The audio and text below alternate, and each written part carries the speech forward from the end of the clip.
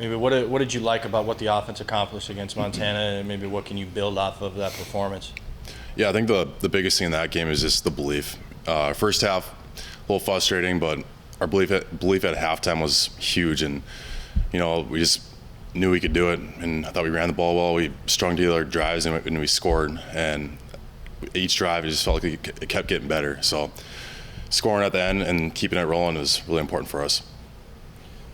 Obviously, you're a big part of the run blocking scheme, but the run blocking success has maybe surprised people with all the inexperience there. At what point did you realize that maybe you guys could still be a team that could rely on the run game despite all this newness on the offensive line? I think it started this summer. Like the guys that came back and just the leaders that we have on this team it started from there. We started building it from there, and like you create trust in the off season, and you can hold each other accountable. So like when it came game one, like what your teammate's doing right next to you, and you trust them. And we're able to run the ball against two really good opponents, and we want to keep doing that. We take pride in running the ball here. You probably heard me ask Coach Schweiger, but what do you think about handling success? How you come out of a big win versus maybe how you guys struggled with that a year ago from the North Dakota State to Northern Iowa situation? Yeah, we can use this to keep learning. I believe that we have a lot to work on still early in the season, but we can still build our confidence, but we're on to the next game. Yeah, Jaden, on a similar note there, going off of this big one, how do you guys keep that energy for Idaho State on Saturday? Well, like I said, back to work, and we had to come to work tomorrow with the same energy we came in last week, and we got another really good opponent. And watching them film, their gap integrity is pretty impressive, and they got some really good DNs and backers and corners and safeties, and I was impressed with their tackling, like Coach Schweiger mentioned earlier, and it's going to be a good test for us this weekend. Especially after the win against Montana, how do you think this group is gelling together through two games into the season? Yeah, I mean, each game we're getting to know each other more, and when it gets to those long drives, you can look at each other and like, all right, here we go. Let's keep running the ball and let's keep going from there, and let's get a big one this coming week.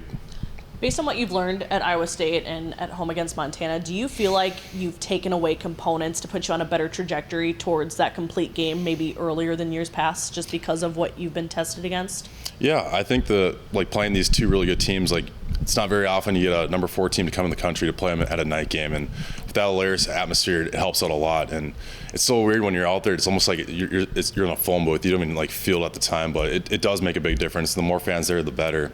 And I just think starting out the game, we got to come prepared, and starting off fast is one of our bigger goals, and staying consistent is another one too. Right. You guys are getting ready for Idaho State. How's the locker room feeling coming off the emotional high of winning that game against Montana, and now you guys are getting ready for this upcoming game? Yeah, I mean it's on to the next big win, but we're back to work tomorrow, and we're excited to get to watch the film and keep getting better. All right, and then that next question is obviously your guys' offensive line and tight ends with the blocking has been pivotal. How important is it that you guys are gelling as quickly as you guys are to help out the running backs and Simon as well? Yeah, I mean, running backs and our quarterback, we're going to run through a wall for those guys. And we got the 3-headed monster in the running back room, and Simon, he's going to do his thing back there too. And I think you just look at each other and you're like, all right, let's do this. Let's go for a 23-play drive, and let's go score at the end. What are you kind of looking forward to or expecting for this next game? I mean, I want to start out by running the ball, but I want to see more of a complete game. I want to start from first half to fourth quarter and play a full 60 minutes. I asked Coach this too, but obviously the stadium's energy plays a big role into how you guys respond to that. How does it feel on the field whenever you have the stadium roar like that? Does it impact you in a good way or a bad way? I think it's always in a good way. It's so weird when you're out there. I don't hear the crowd noise, but when I'm on the sideline cheering on the defense, it is super loud. And I think that kind of feeds into the Laris magic a lot, and there's no better atmosphere. Kind of bouncing off of that, playing at home, do you think that that's an advantage for you guys or a disadvantage for, somebody said, for the next few weeks you guys will be constantly playing at home?